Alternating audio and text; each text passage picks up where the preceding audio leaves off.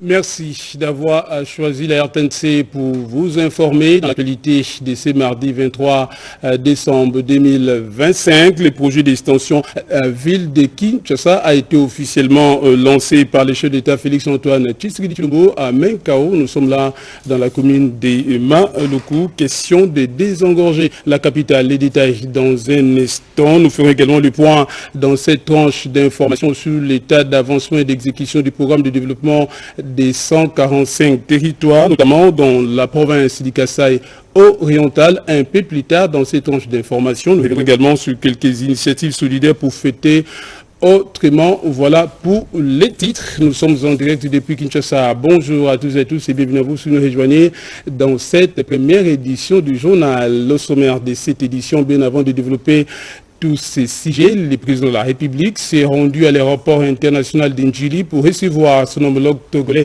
médiateur désigné par l'Union africaine dans le processus de paix en République démocratique du Congo. Il est en visite de travail de quelques heures à Kinshasa. Reportage. Médiateur désigné par l'Union africaine dans le processus de paix en République démocratique du Congo, Faure Essozina Nyasingbe, président du Conseil de la République togolaise, est arrivé ce lundi en début d'après-midi à Kinshasa par l'aéroport international de Ndjili pour une visite de travail de quelques heures. Cette visite fait suite à la signature des accords de paix signés à Washington sous les bons offices du président américain, cérémonie à laquelle il avait pris part sur invitation du président Donald Trump. Après les cérémoniales d'accueil en présence des officiels des deux pays, le président Félix-Antoine Tshisekedi Tshilombo et son hôte ont pris place au pavillon présidentiel pour un entretien de plus de 3 heures. Rien n'a filtré de leur entrevue, mais tout porte à croire que les questions d'intérêt commun dans le cadre de la coopération bilatérale qui existe entre la République démocratique du Congo et le Togo ont été évoquées, ainsi que la situation sécuritaire dans la partie orientale de la RDC. Dans le cadre de la mission de médiation régionale lui confiée par l'Union africaine, le médiateur Faure Nyasingbe a été chargé de faciliter une solution africaine durable à la crise qui secoue l'Est de la RDC. Faure Essozina Nyasingbe, président du Conseil de la République togolaise et médiateur désigné de l'Union africaine dans le processus de paix en RDC, a salué l'accord de paix signé à Washington, perçu par l'ensemble du continent africain comme une avancée diplomatique majeure, même si les défis sur le terrain demeurent encore préoccupants. C'est une deuxième visite de travail du président du Conseil togolais à Kinshasa, après celle du 16 avril 2025, juste après sa nomination intervenue 4 jours plus tôt. Et comme annoncé dans les titres, le chef d'État Félix-Antoine Tshisekedi Tshilombo était également à Menkao. Nous sommes là dans la commune de Maluku, sur place. Le chef de l'État a procédé notamment au lancement des travaux de la construction de la cité sino-congolaise, également de la plateforme hospitalière Marthe Kisalou, des infrastructures dont l'aménagement s'intègre également au projet d'extension de la ville de Kinshasa. On en parle dans ces reportages signé Guilain Kabalundi. Le projet d'extension de Kinshasa prévoit... Voici c'est à quoi va ressembler l'extension de la ville de Kinshasa dans les prochaines années. Kinshasa Kiamona, ou Renaissance de Kinshasa, est le nom choisi pour ce méga projet immobilier situé à une quarantaine de kilomètres du centre-ville dans la périphérie est. Il s'agit d'un projet d'extension majeur vers l'est de la ville sur le plateau de Bateke dans la commune de Maluku. Le président de la République, Félix-Antoine Tshisekedi Tshilombo, a fait le déplacement de cette commune urbano-rurale ce lundi 22 décembre 2025 pour le lancement de travaux de construction de la cité industrielle sino-congolaise et de la plateforme hospitalière Marthe Kisalou, deux infrastructures dont l'aménagement s'intègre au projet d'extension de la ville de Kinshasa. Porté par China East Africa Development, ce projet majeur, vision du chef de l'État, est un investissement d'environ 12 milliards de dollars américains et une implantation de 1200 usines en 5 ans en raison de 20 usines par parc industriel, ce qui va générer 225 000 emplois directs, dont 30 000 emplois au cours des 12 premiers mois dès le démarrage, a indiqué le représentant du partenaire sino-congolais dans son mot.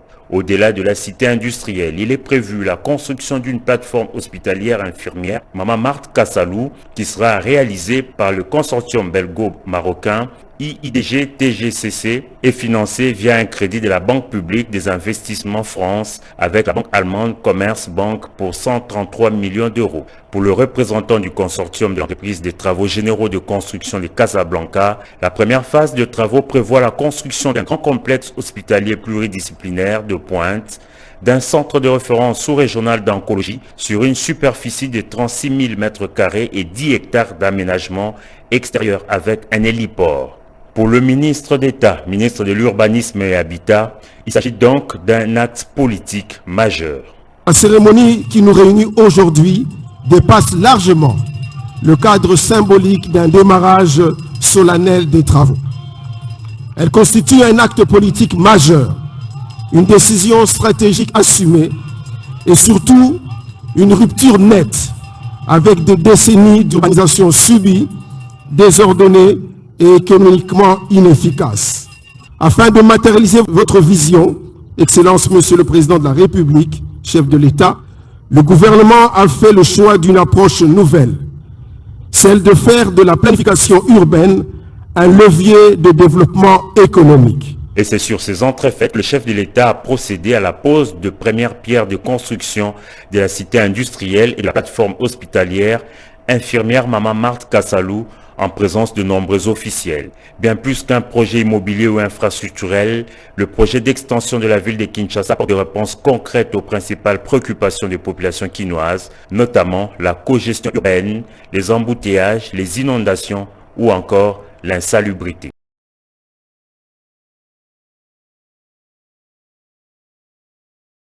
L'actualité du gouvernement de la République par les biais du ministère de la Santé a procédé à la relance officielle de l'ancien hôpital du Cinquantenaire, désormais baptisé Centre hospitalier universitaire du Cinquantenaire, ici après sa reprise par l'État congolais.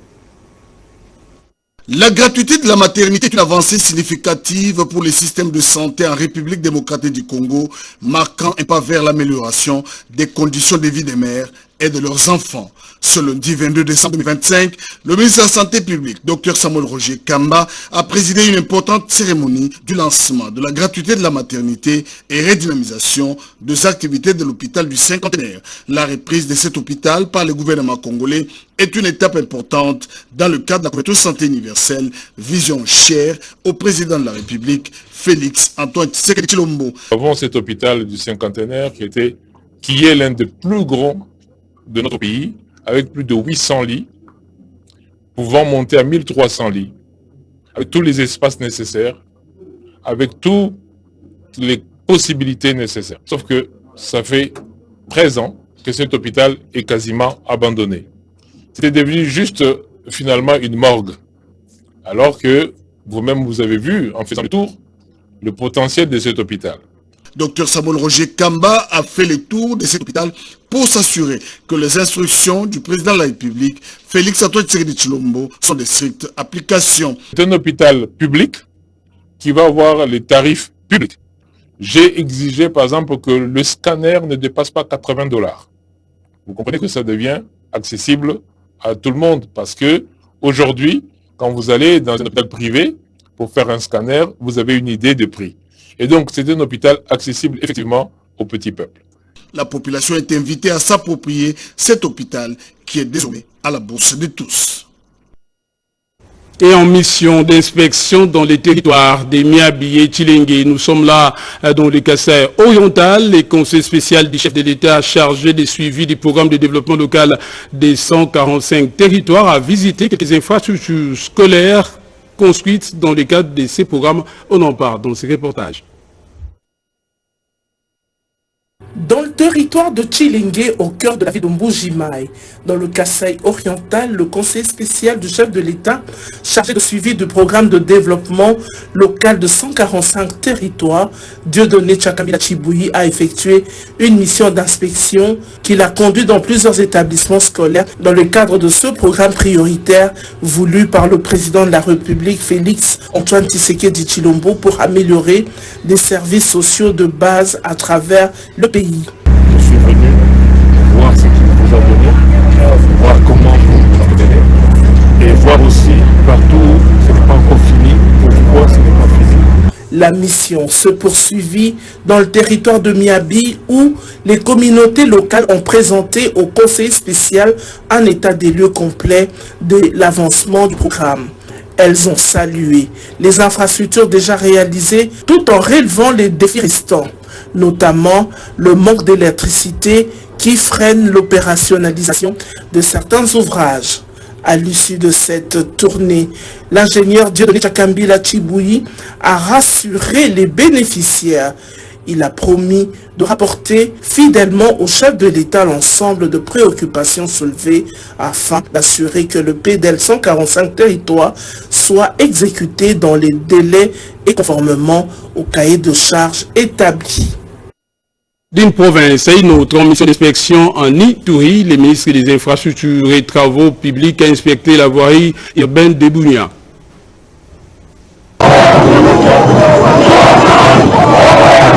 Ce n'était pas une simple mission de terrain, mais une véritable surprise pour le ministre des Infrastructures et Travaux publics, John Banza, impressionné par les niveaux d'avancement des chantiers à Bunia. De l'aéroport national Murongo aux routes asphaltées de la ville, le ministre a constaté avec satisfaction le résultat concret du développement en Ituri, une province pourtant sous état de siège. Enfin, Bunia est classé parmi les meilleures villes aujourd'hui de notre pays. Et je crois qu'avec cette dynamique, l'avenir est certain. Et c'est fait par le président de la République, c'est fait par l'accompagnement, le dynamisme, la rigueur du gouverneur militaire qui est juste à mes côtés. Et c'est ici aussi l'occasion de lui rendre hommage. Déterminé à soutenir cette dynamique, le ministre a annoncé un projet stratégique, l'asphaltage de la route Bunia-Kasenyi, longue d'environ 55 km. Cette voie relie l'Ituri au lac Albert à la frontière avec l'Ouganda et représente un atout économique majeur pour faciliter les échanges transfrontaliers et renforcer la sécurité. Nous avons demandé qu'on accélère les études sur la route Bunia-Kasenyi, où nous devons avoir une route moderne, vraiment moderne, et nous devons construire un port moderne, pour que les transactions puissent se faire sans problème. Malgré un contexte sécuritaire encore tendu à l'Est, l'Ituri, sous le leadership du gouverneur militaire, le lieutenant-général Lwakashama Johnny, continue de résister face aux menaces des ennemis pour préserver l'intégrité du territoire national. Cheval de bataille du commandant suprême de FARDC et de PNC, Félix Antoine Tshisekedi Tshilombo.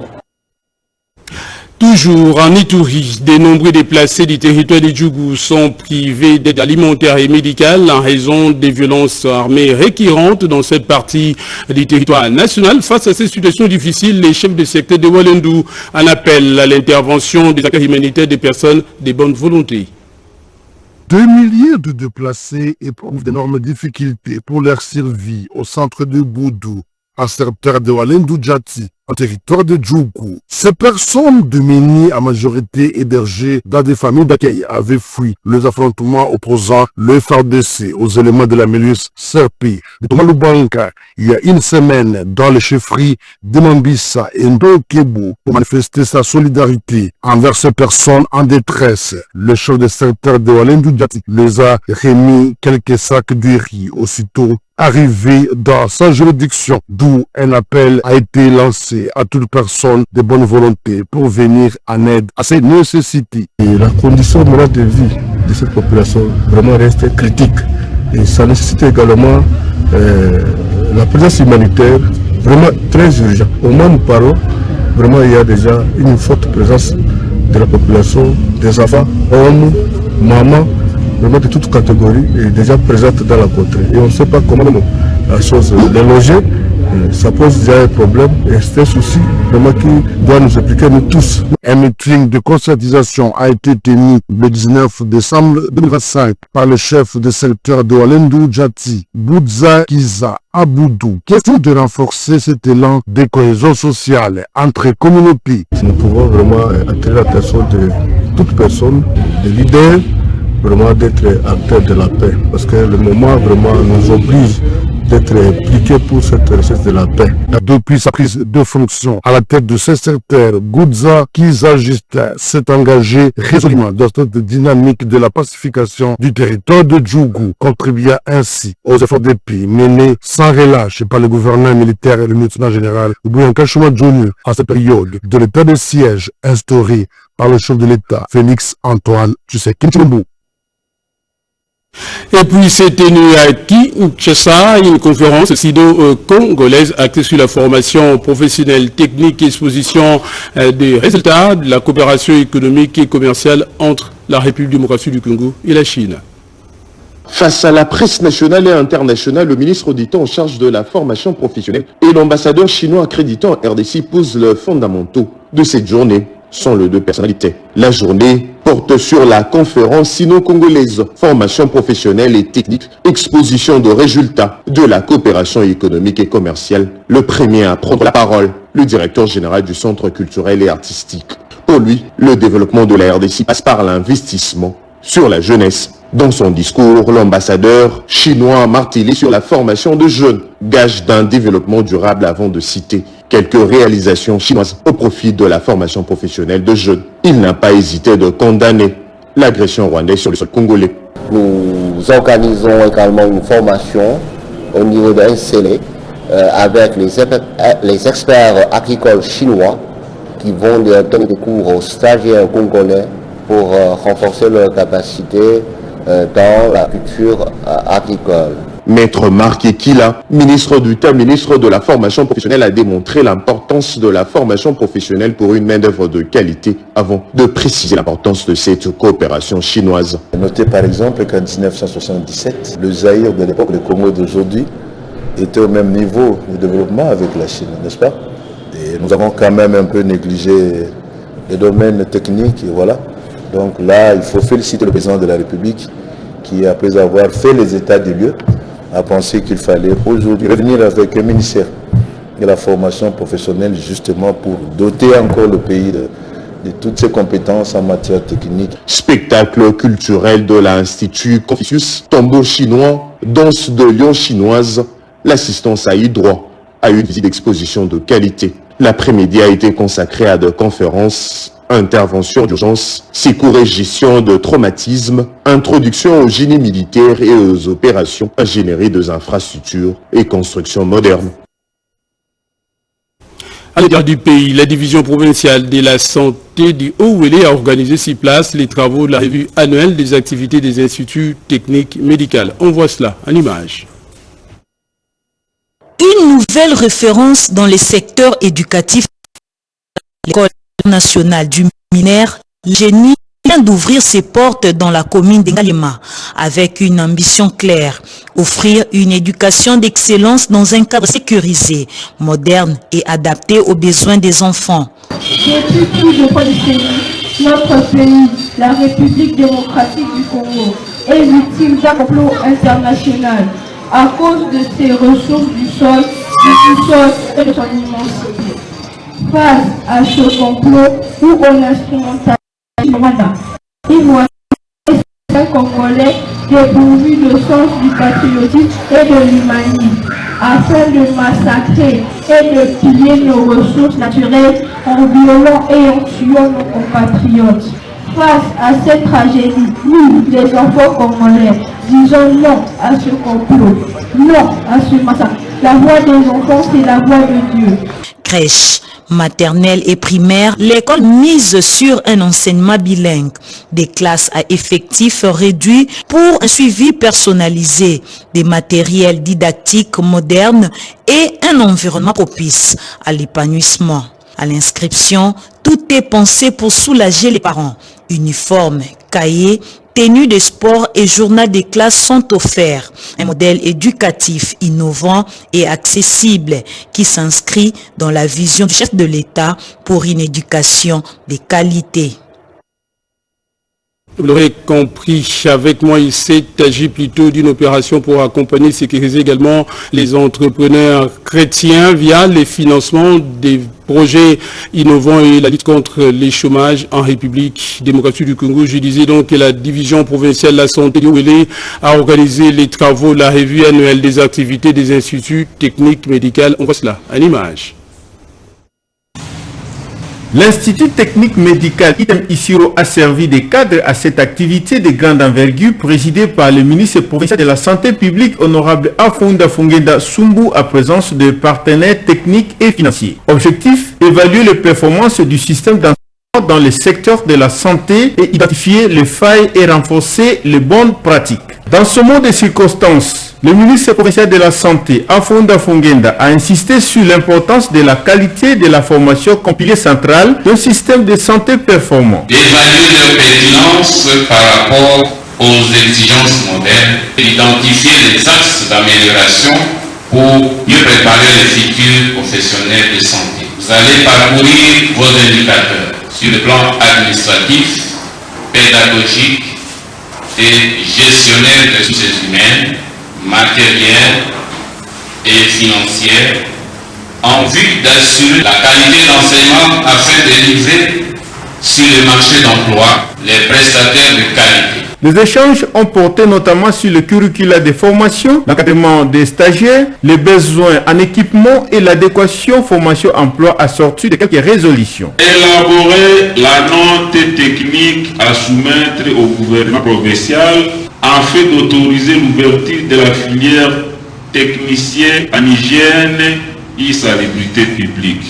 Présenter aux promoteurs l'importance de l'ouverture de la filière technicien en hygiène et salubrité publique. La tenue de cette revue annuelle marque une étape importante dans la réforme du système de santé provincial afin de garantir à chaque habitant du Haut-Ouélé des soins de santé de qualité. Nous allons nous rendre cette fois-ci dans le Haut-Katanga où, après leur nomination, le nouveau comité de gestion de l'université de Lubumbashi a officiellement pris ses fonctions juste après une brève cérémonie de remise reprise. La cérémonie de remise et reprise entre le comité de gestion sortant, dirigé par le professeur Nkouloumou Nefiama Jules, et le comité entrant, avec à sa tête le professeur Eyangabomolo Olivier, a eu lieu ce 19 décembre 2025. La cérémonie a débuté par l'allocution du directeur sortant qui a dressé le bilan de son mandat. Le moment fort de la journée a été la signature des procès-verbaux, suivi de l'échange symbolique des dossiers, des clés de bureau et des sceaux de l'institution sous la facilitation de la cellule juridique de l'université de Lubumbashi. Prenant la parole, le directeur général AI Dugra, le professeur Eyangabomolo Olivier, a exprimé sa profonde gratitude envers les autorités du pays pour la confiance placée en sa personne. Recherche et innovation qui est chapeautée aujourd'hui par son Excellence Madame Marie-Thérèse Sombo, Ayana Sifa, que je suis en train de remercier vivement pour son choix, non seulement sur nous en tant que serviteurs, mais aussi sur les autres membres du comité de gestion qui vient d'être installé. En sa qualité de régulateur de cette cérémonie, le président de la conférence des chefs d'établissement de l'ESU RSI au Katanga, professeur ordinaire Gilbert Kishiba Fitula, a félicité le nouveau comité de gestion, l'exhortant à œuvrer pour redonner aux CRA ses lettres de noblesse dans la dynamique de la politique entrepreneuriale prônée par le chef de l'État et grand chancelier des universités congolaises, Félix Antoine Tshisekedi Tshilombo. Nous voulons simplement attendre de votre part de réaliser son souhait. Son Excellence, la ministre de l'Enseignement supérieur universitaire, Recherche scientifique et innovation, elle-même attentive au programme gouvernemental en matière de recherche, désormais fixée aussi sur l'enseignement supérieur universitaire. Et elle sait que les nations émergent par la recherche des Nations émerge par la complémentarité, la transversalité, la mutualisation des apports des uns et des autres dans le cadre de la recherche. Cette remise et reprise a eu lieu en exécution de l'arrêté ministériel numéro 187 portant désignation des nouveaux animateurs du Centre de recherche agroalimentaire. Les pasteurs responsables de l'église pentecôtiste et Lumière du Monde, entendez Mboka et Kimelo, les prophètes et Jules Moulundo a été reçu par les ministres délégués à la défense nationale chargés des anciens combattants Élisée Tamboué. Cette visite a permis à cet homme de Dieu d'apporter au ministre délégué à la défense nationale un don de son église envers ceux qui ont servi sous le drapeau. Reportage. Cette séance de travail entre les ministres délégués à la défense nationale chargés des anciens combattants Élisée Tamboué et les prophètes Moulundo et Jules, responsables de l'église pentecôtiste et Lumière du Monde, Mboka Kimelo, a porté essentiellement sur le soutien aux pensionnés militaires, retraités, blessés de guerre et leurs dépendants.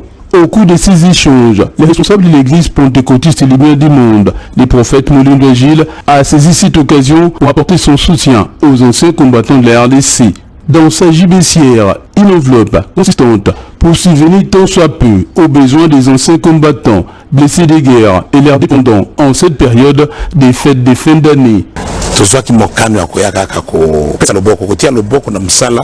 Le ministre délégué à la défense nationale, Élisée Tamboué, a dit qu'en cette période des fêtes de fin d'année, ils reçoivent les pensionnaires militaires. C'est ainsi que notre église pentecôtiste et Lumière du Monde, Mboka Kimelo, cité de refuge comme les gens l'appellent, a pris l'option d'apporter sa modeste contribution pour soutenir les efforts entrepris par les autorités du pays pour améliorer la qualité de vie de nos anciens combattants. À l'issue de leurs échanges, le ministre de la Défense nationale, chargé des anciens combattants, Élisée Tamboué, a remercié son hôte pour cette action sociale qui s'inscrit dans le cadre de l'évangélisation relationnelle et douce créant des liens et démontrant également la foi par l'action concrète. A été respectée hier. Les enfants de Congo Autisme entendaient centre d'encadrement pour personnes avec autisme de Kinshasa ont célébré le sapin de Noël avec joie, jeux et distribution de cadeaux et repas. Reportage. Ce 20 décembre 2025 n'a pas dérogé à la règle. Les enfants autistes accompagnés de leurs parents se sont donné rendez-vous dans ces beaux cadres situés à Binza Pigeon pour fêter et célébrer leur sapin de Noël devant un parterre d'invités dont Dr Antoinette, conseillère en charge d'action sociale et représentante de la ministre des Affaires sociales. Madame Elodie Bokambulu Diakité, présidente nationale du Congo Autisme, explique ici le sens de cette journée mémorable. Il y a des enfants depuis qu'ils sont nés, ils n'ont jamais eu de cadeau de Noël parce que pour les parents, comme il est autiste, peut-être il ne va pas faire attention, peut-être il ne va pas regarder. Et aussi, on habitue aux enfants de savoir que ça c'est Noël, à Noël on donne des cadeaux. Et au fur et à mesure, malgré leur autisme, quand c'est le moment de donner le cadeau, tu vois l'enfant s'approche, il prend son cadeau, il regarde ça, et c'est vraiment une joie pour nous et aussi pour les parents. Et quelques bénéficiaires se sont ainsi exprimés également. Moi c'est Bénéniba, je suis autiste en fait. Aujourd'hui, nous sommes reconnaissantes d'être accompagnés par d'abord maman Elodie et ensuite M. Abedachou qui est venu reconnaître le travail que maman fait. Nous louons cette initiative de maman Elodie Bokambulu Diakité qui ne cesse de faire d'efforts louables pour que les enfants vivant avec autisme puissent aussi être considérés comme tous les autres enfants. La distribution des cadeaux par Madame Elodie Bokambulu Diakité, présidente nationale du Congo Autisme, et le philanthrope Abedachou a été l'un des moments forts de cette manifestation haute en couleur qui s'est clôturée par une cantique religieuse.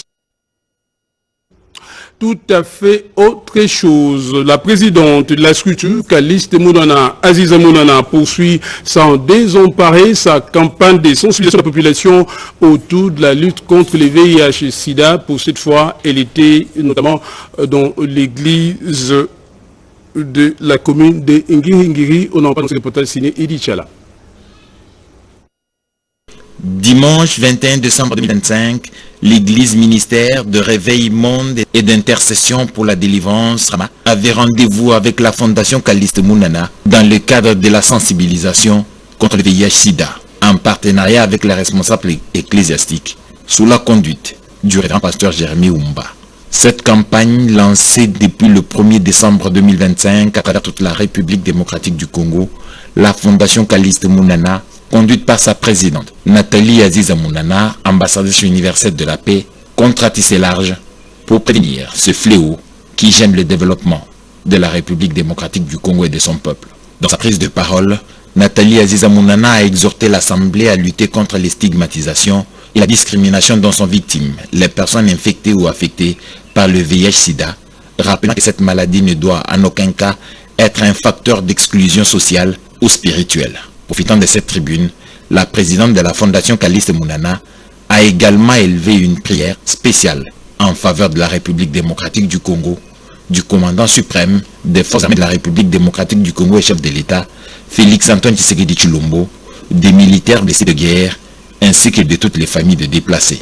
À tour de rôle, les médecins de la Fondation ont renforcé la sensibilisation en abordant les aspects médicaux liés à la prévention et à la prise en charge de la maladie, avant de répondre aux préoccupations des fidèles lors d'une séance interactive de questions-réponses. Le révérend pasteur Jérémy Oumba a salué le caractère original de cette sensibilisation, car, dit-il, c'est une première menée dans son église avec un tel impact. Ainsi s'achève cette première édition du journal sur notre antenne. Merci de votre fidélité à notre antenne où que vous soyez dans le monde. Merci également au chef d'édition Jacques Kababa Sedouga, également à toute l'équipe technique avec nous, Jonathan Mobalama, Mamita Ba Ngulu, Didi Diawa, Igvoueli, Alessoli ainsi que Melzola, grâce à qui nous avons pu vous informer ce matin. Et avec nous, la vie continue, l'actualité aussi se poursuit sur notre antenne en français également dans les 4 autres langues de diffusion. D'ici là, bonne suite des programmes en compagnie. La RTNC. Au revoir.